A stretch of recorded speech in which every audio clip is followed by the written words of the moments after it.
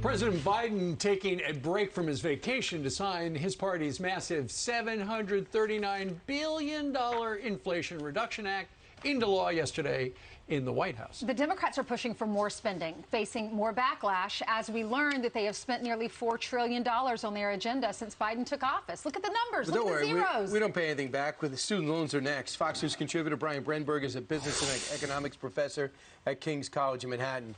So one thing the president wanted to make clear yesterday, the Republicans were no help. Right. This is one time Republicans go, I agree with you. Yeah. Joe.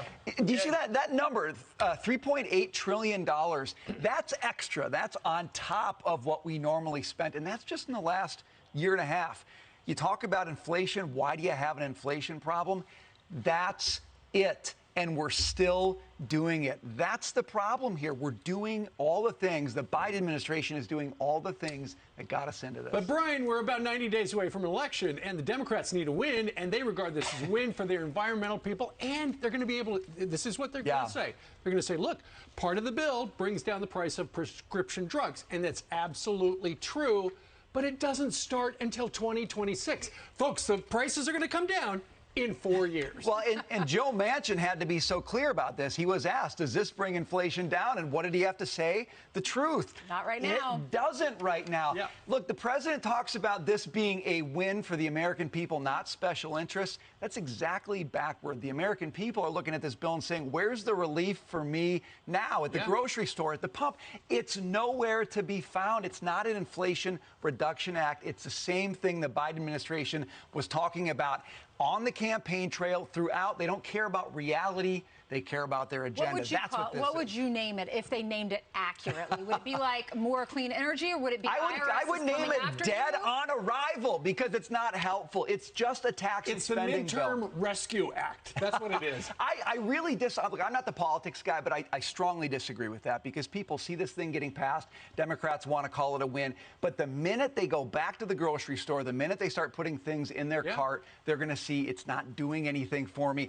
People care about reality, not the spin, and this is a total spin bill. So Brian, you got to understand this: $60 billion for environmental justice. They're going to militarize some green energy people to go outside and find companies. The other thing I want you to comment on is this whole IRS situation. People say, well, just do your taxes right, you won't be worried about it.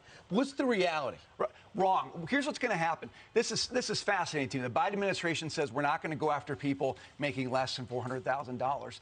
The bill itself states that it's going to raise more than $100 billion in new taxes from people. How are they going to do that? They can't do it by going after the rich. Why? The rich have attorneys. They have accountants. They can fight this. Who can't fight it? It's people making less than $400,000. And small business owners. Brian, when you're audited, do they just send you actually owe us another $1,500, and then most people don't fight it?